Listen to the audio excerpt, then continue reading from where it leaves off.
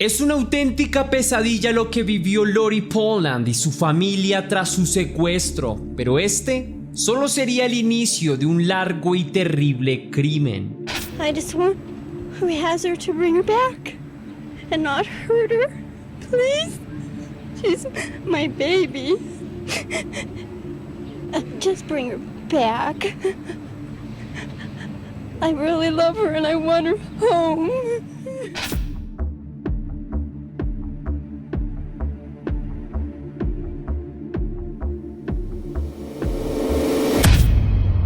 Antes de iniciar con el video de hoy, quiero enviar un saludo muy especial y cósmico a dos leyendas, a Puma Pasión, que me escribió gracias. Gracias a ti, leyenda, por mostrarme tu apoyo. Deseo que todo en tu vida esté marchando de maravilla. Te envío un gran abrazo cósmico hasta el bello país de México. También quiero agradecer a Paloma Domínguez Navas, que me escribió: deseo que tú y todos tus seres queridos tengáis mucha salud siempre. Gracias por todo. Gracias a ti por ese mensaje tan especial que me toca el alma. Deseo lo mismo para ti, mucha salud y prosperidad. También te envío un beso y un fuerte abrazo cósmico. Ahora sí, la pregunta del día de hoy es: ¿qué te da fuerzas en los momentos difíciles, leyenda? Déjame tu respuesta en la caja de comentarios.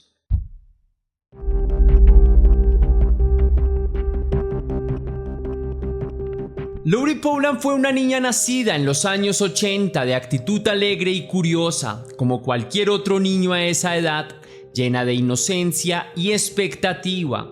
No obstante, fue víctima del infortunio tras un leve descuido de sus padres, quienes solo por unos segundos le dieron la espalda.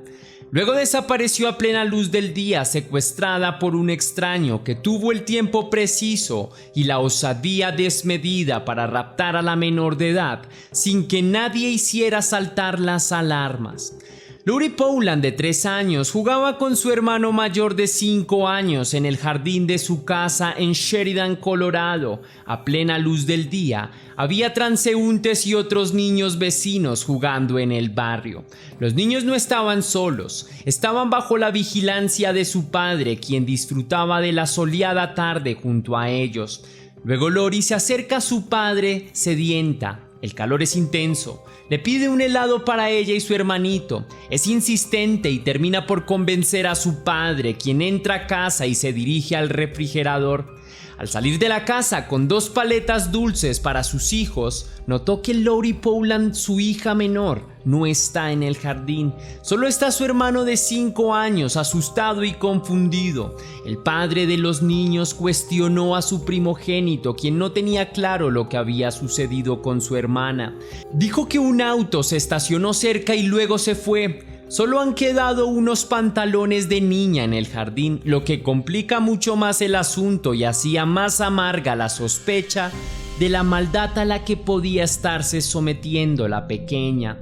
Preocupado, el padre entrevistó a los vecinos. Algunos le informaron que un auto se parqueó por unos minutos frente a su casa. Asimismo lo dijo su hijo al preguntar por su hermana. Sin perder más tiempo, denunció a la policía el rapto de su hija menor de edad. Al llegar la policía al lugar de los hechos, entrevista a todos los familiares y presentes en el lugar, también a otros niños del vecindario, a los vecinos y a los transeúntes que pudieron estar ese día por la zona. Al cabo de las horas, se organizan brigadas de búsqueda por parte de los vecinos. No había aún detalles ecuánimes de lo sucedido con Lori Poland. Testimonios de vecinos hablaban de un auto que se estacionó frente a la casa de la menor, pero nadie había dado más detalles o características del vehículo. Para ese entonces, en 1983, no existía la denominada Ley Amber, emitida en 1996, que indica como prioridad la búsqueda de menores de edad desaparecidos, que además obliga a actuar de inmediato a los organismos de socorro, manifestando que las primeras horas tras la desaparición de los niños son vitales. De hecho, para ese entonces, lastimosamente, las leyes eran mucho más arbitrarias y laxas en ciertos aspectos. Lastimar a un animal, por ejemplo, era más grave que herir o matar a un niño pequeño, estando casi en la misma categoría de derechos. No existían redes sociales ni internet, tampoco teléfonos celulares o medios de comunicación inmediatos, por lo que lograr una comunicación masiva o viral era un ejercicio mucho más difícil que ahora, propio solamente de las grandes cadenas televisivas. Aún así, la familia de la niña desaparecida logró contactar con la prensa, imprimieron cientos de carteles de Se Busca con el rostro y la información de la menor de edad, por si alguien conocía información relevante.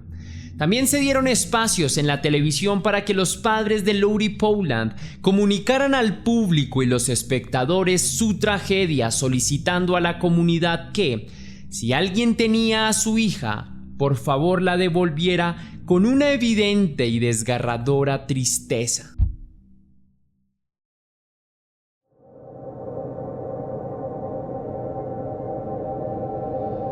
Esa tarde de sol en Colorado, el secuestrador estacionó su auto junto a la casa de Lori Powland. Luego, llamó a los niños que jugaban, ofreciéndoles algunos caramelos. Lori Powland, de 3 años, inocentemente, se acercó al hombre. Luego el sujeto le pidió que se quitara los pantalones, que él se los cambiaría por una bolsa de dulces. La niña incauta procedió sin malicia a hacerlo. Luego fue raptada. Rápidamente el tipo cerró la puerta de su auto y aceleró marchándose lejos, manejando imprudentemente y a exceso de velocidad para alejar o despistar a las personas que miraban. En pleno verano, el secuestrador condujo como un maniático, atravesando el campo hasta llegar a la zona rural, camino hacia las montañas de Colorado, al oeste de Denver. Luego tomó la autopista 70 y aparcó en una zona boscosa. Por la fuerza, tomó a la pequeña Lori, la llevó a una cabaña abandonada en el bosque y abusó de ella carnalmente, lastimándola y humillándola. La arrojó por una letrina sucia, un pozo séptico de más de 3 metros de profundidad, lleno de materia fecal humana y orina, donde fue arrojada y abandonada por el perverso y pervertido sujeto, quien la suponía muerta y pensó deshacerse fácilmente de su víctima. La pequeña Lori no estaba muerta, aunque sentía dolor por el abuso al que fue sometida y por sus piernas fracturadas por la caída. Lori Powland logró sobrevivir a tan terrible experiencia, atrapada en lo profundo de una cloaca oscura, rodeada de excremento y olores fétidos repugnantes, un infierno indigno para una niña pequeña entre gases fétidos que no solo eran apestosos, sino también mortales al ser respirados. De no ser rescatada pronto, la niña podría morir de hambre o de alguna terrible infección. Mientras tanto, los investigadores trataban de dar con su paradero o con el agresor que la había sometido a la tragedia. Un vecino clave fue testigo de los hechos, manifestó varios detalles importantes del auto que se estacionó frente a la casa de sus vecinos para llevarse a Lori Powland. El hombre relató haber visto una Datsun sedán con tiras negras estacionada frente a su casa primero. Minutos después, sus hijos, que jugaban en la acera aprovechando el día soleado, corrieron hacia él para decirle que su vecina, Lori Powland, estaba subida en ese auto, que alguien de apariencia extraña se la había llevado. El hombre no alcanzó a detener el auto, que se marchó, pero sí a notar parte de la matrícula, las siglas ADV, seguidas de 3 números que no alcanzó a escribir. La policía tiene esta primera pista. Luego otro testigo comenta que sus hijos tuvieron un encuentro similar al de Lori hace un par de semanas. Luego de que las niñas volvieran de la escuela, un hombre las siguió hasta su casa y les dijo que les daría golosinas si se quitaban los pantalones. El testigo merodeó la escuela por unos días y encontró a un sujeto sospechoso, un hombre de cabello largo y barba tupida, con la ropa sucia y un perfil desalineado. Trató de interceptarlo personalmente, pero el personaje logró escapar. El 22 de agosto de 1983, Lori, quien continuaba atrapada en el pozo séptico por su estatura pequeña, se habría salvado de respirar el gas metano acumulado por años entre los restos fecales a su alrededor, lo que la hubiera inducido a un desmayo y tal vez a un envenenamiento a una persona más alta. Por otro lado, la menor se había lastimado gravemente sus 2 piernas con la caída. En el interior del pozo, todo era oscuridad. La niña no podía ver cómo sus dedos se tornaban de color morado, luego de color negro por la infección. La niña se mantuvo alejada de los cúmulos de porquería a su alrededor. Su instinto de supervivencia se activó y reconoció ciertos espacios como peligrosos, manteniéndose alejada de ellos, lo que la salvó de una infección mayor y mucho más grave. Así pasó los primeros días. Para el 23 de agosto de 1983, el FBI se une a la policía local y despliega una campaña de búsqueda más intensa. Empiezan a tocar puerta por puerta en toda la ciudad de Denver. Esta gestión da un resultado importante. Las investigaciones dan con el testimonio de una mujer mayor llamada Juanita Zappa, oriunda de un pueblo cercano, quien reconoció el auto y la matrícula, describiendo que tuvo un altercado con el conductor de ese vehículo, quien molestaba a su nieta menor de edad. Luego de que el tipo tratara de llevarse a su nieta un día, pidió a su yerno que anotara la placa del vehículo, pero no alcanzaron a retenerlo. La mujer entrega la matrícula a la policía completando los números faltantes. La matrícula en cuestión era de placas ADV 627. La placa está relacionada al auto de un jardinero de un club de golf local, un tipo sin antecedentes judiciales llamado Robert Paul Teiret, a quien fueron a visitar a casa pero no encontraron. La policía buscó a su madre y la entrevistó. La mujer declaró que su hijo tuvo problemas de joven por tocamientos inapropiados hacia un niño pequeño, pero nunca más volvió a tener este tipo de altercados. Conforme avanzaba la entrevista, dijo que algo le sucedió a su hijo cuando era joven, pero no recordaba bien qué era. Luego confesó que tal vez falló como madre.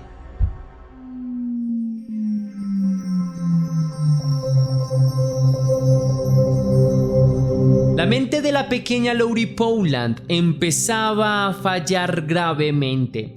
La niña empezaba a alucinar entre fantasías e ilusiones extrañas. El delirio era su único compañero entre la inmundicia. Sus piernas y el dolor que le producían eran lo único que la mantenían despierta.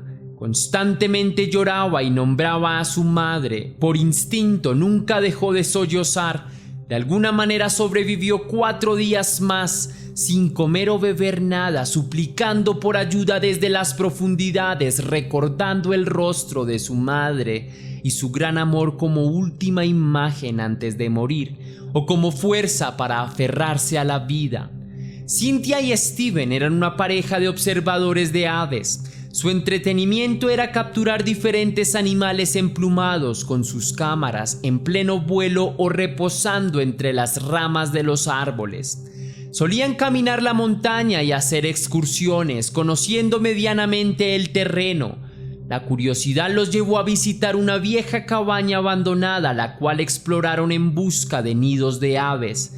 Pero el sonido de una criatura los alertó, el cual parecía venir de una letrina de madera junto a la cabaña, un pozo séptico usado como baño por los antiguos habitantes y por los transeúntes de la zona.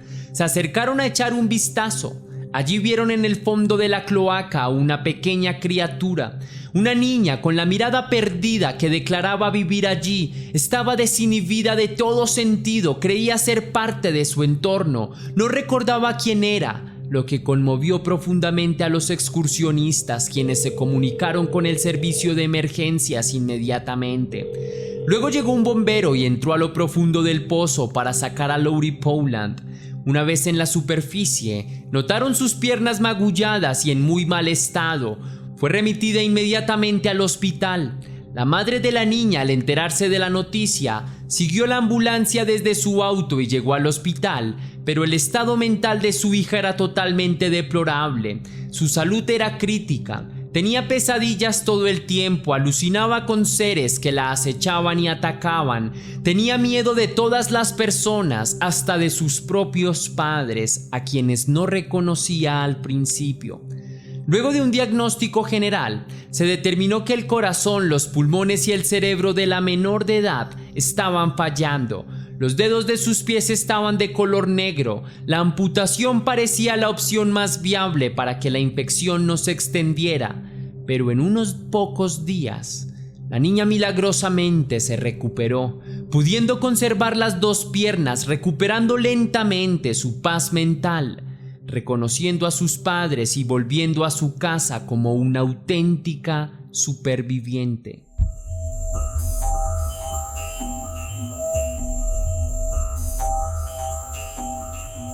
Por otro lado, la policía habría encontrado al sospechoso, el señor Robert Paul Teyret, a quien arrestaron y llevaron frente a la niña, junto a otros sospechosos para su reconocimiento. El lenguaje corporal de la menor habló por ella. Se notó asustada y desesperada apenas lo vio, llorando y suplicando por ayuda. Aún así, la esposa del implicado escribió una supuesta coartada para él, la cual se comprobó que era falsa, pero logró convencer a gran parte del jurado. Robert Paul Teyret fue condenado a tan solo 10 años de prisión por abuso carnal contra menor de edad, omitiendo el intento de homicidio, el secuestro, el maltrato y otras afrentas hacia Lowry, reduciendo una sentencia de al menos 40 años a risibles 6 años solamente, pues quedó en libertad faltándole 4 años de cumplir su condena por buena conducta. Lowry sufrió de depresión, ansiedad y estrés postraumático tras lo vivido.